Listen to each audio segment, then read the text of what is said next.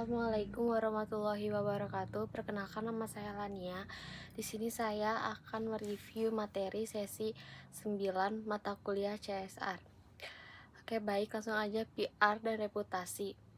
Reputasi adalah aset tidak terwujud. Reputasi berbeda dengan citra. Bedanya, citra kesan sesaat, sedangkan reputasi penilaian jangka panjang. Contohnya, seperti sebuah perusahaan sekali melakukan kegiatan sosial, masyarakat mungkin memiliki citra positif.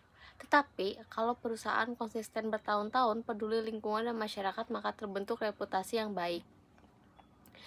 Peran PR bertugas membangun dan menjaga hubungan dengan publik sehingga reputasi tetap positif. 3. Mekanisme pembentukan reputasi. Menurut Hall, reputasi terbentuk dari A. Kinerja ekonomi, keuntungan perusahaan, pertumbuhan bisnis, kondisi keuangan yang sehat. B. Perilaku sosial, memperhatikan karyawan, menjaga lingkungan, membantu masyarakat. Yang terakhir ada C. Kualitas komunikasi transparan yang jujur, cepat merespon masalah. Contoh perusahaan tidak untung besar, tetapi jika mencemari lingkungan, maka reputasinya tetap akan buruk. Keempat, reputasi sebagai asuransi sosial. Intinya, perusahaan yang memiliki reputasi baik akan lebih mudah mendapatkan kepercayaan saat terjadi krisis. Contohnya seperti ketika terjadi kesalahan produk, masyarakat biasanya lebih memanfaatkan perusahaan yang selama ini dikenal bertanggung jawab. Jadi, reputasi berfungsi sebagai tabungan kepercayaan. Hubungan CSR dan PR ini adalah salah satu bagian terpenting. Hubungan simbiosis, CSR membutuhkan PR agar diketahui masyarakat. PR membutuhkan CSR agar memiliki isi yang nyata. Rumus sederhananya, CSR tanpa PR tidak diketahui publik, sedangkan PR tanpa CSR hanya pencitraan. Contohnya, perusahaan melakukan program penghijauan. Kalau tidak dikomunikasikan, masyarakat tidak tahu. Kalau hanya promosi tanpa tindakan nyata, masyarakat menganggap pencitraan. Terus yaitu ada greenwashing dan CSR washing. Ya, ada greenwashing, perusahaan mengaku peduli lingkungan tetapi kenyataannya tidak. Dampaknya publik kehilangan kepercayaan reputasi. Reputasi akan menjadi jelek. Contohnya, perusahaan membuat iklan ramah lingkungan tetapi tidak membuang limbah sembarangan. 7. 3 strategi komunikasi CSR.